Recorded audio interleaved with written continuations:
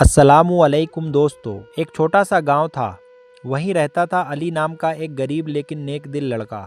اس کی دنیا میں بس دو ہی چیزیں تھیں، اس کی بوڑھی ماں اور اللہ پر اٹوٹ بھروسہ۔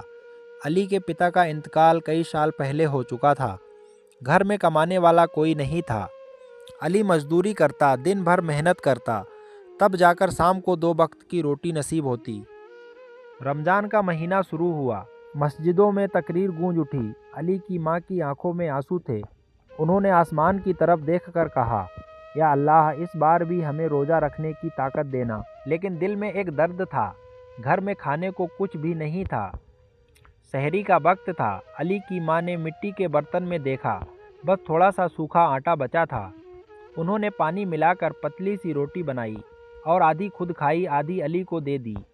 علی سمجھ گیا، ماں نے پیٹ بھر کر نہیں کھایا، لیکن ماں مسکرا کر بولی، بیٹا میرا پیٹ بھر گیا، تو کھا لے۔ علی کا دل رو پڑا، لیکن اس نے کچھ نہیں کہا۔ علی مزدوری کرنے گیا۔ گرمی بہت تھی، پیاس سے گلا سوکھ رہا تھا، لیکن روزہ تھا، صبر کرنا تھا۔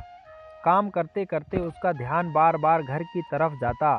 وہ سوچتا، پتہ نہیں ماں نے کچھ کھایا بھی ہوگا یا نہیں۔ علی گھر لوٹا۔ ماں چولہے کے پاس بیٹھی تھی، لیکن چولہا ٹھنڈا تھا، گھر میں کچھ بھی نہیں تھا۔ ماں نے مسکرا کر کہا، بیٹا میں پڑوس میں کھا کر آ گئی ہوں۔ علی سمجھ گیا، ماں جھوٹ بول رہی ہے۔ اس کی آنکھوں سے آنسو نکل پڑے۔ علی نے ماں کے ہاتھ پکڑے، دھیرے سے بولا، امی آپ نے کچھ نہیں کھایا۔ ماں رو پڑی اور بولی، بیٹا میں نے سوچا اگر تو کھا لے گا تو میرا روزہ پورا ہو جائے گا۔ اس رات علی سو نہیں پایا۔ اس نے اللہ سے دعا کی، یا اللہ، میری بھوک مجھے منظور ہے، لیکن میری ماں کو بھوکا مت رکھنا۔ صبح علی کام پر گیا۔ راستے میں اسے ایک بزرگ ملے۔ انہوں نے پوچھا، بیٹا کیا تم کام ڈھونڈ رہے ہو؟ علی نے کہا، جی۔ بزرگ اسے اپنے ساتھ لے گئے اور اسے استائی کام دے دیا۔ ساتھ ہی بولے، کل رات میں نے خواب میں دیکھا تھا، ایک فرشتہ کہہ رہا تھا، ایک بھوکی ماں اور اس کا روزے دار بیٹا میری رحمت کا انتظار کر رہے ہیں۔ اس شام علی پہلی بار ڈھیر سارا کھانا لے کر گھر آیا۔ کھجور، روٹی، دال، دودھ۔ ماں کی آنکھوں سے خوشی کے آنسو بہنے لگے۔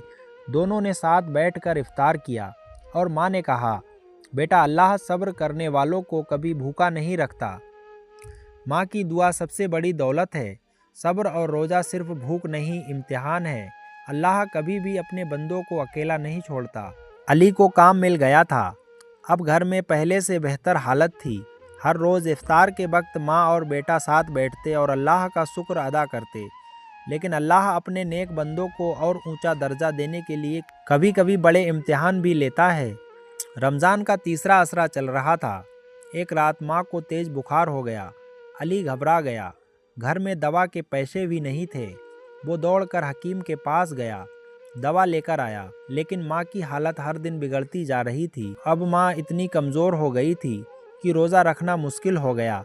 ماں روتے ہوئے بولی، یا اللہ، میں روزہ نہیں رکھ پا رہی، مجھے معاف کر دینا۔ علی نے ماں کا ہاتھ پکڑا اور کہا، امی، اللہ دلوں کی نیت دیکھتا ہے، آپ کا صبر ہی سب سے بڑا روزہ ہے۔ رمضان کی 27ویں رات تھی، شاید شب قدر کی رات۔ گھر میں سناٹا تھا۔ ماں نے دھیرے سے علی کو بلایا اور کہا، بیٹا مجھے لگتا ہے اب میرا وقت قریب ہے۔ علی کی روح کانپ گئی۔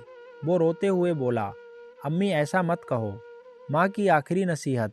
ماں نے کانپتے ہاتھوں سے علی کا سر سہلایا اور بولی، بیٹا ہمیشہ نماز پڑھنا، غریبوں کی مدد کرنا اور کبھی کسی کو بھوکا مت سونے دینا۔ پھر آسمان کی طرف دیکھا اور دعا کی، یا اللہ، میرے بیٹے کو کبھی بھوکا مت رکھنا، اس کی زندگی آسان کر دینا۔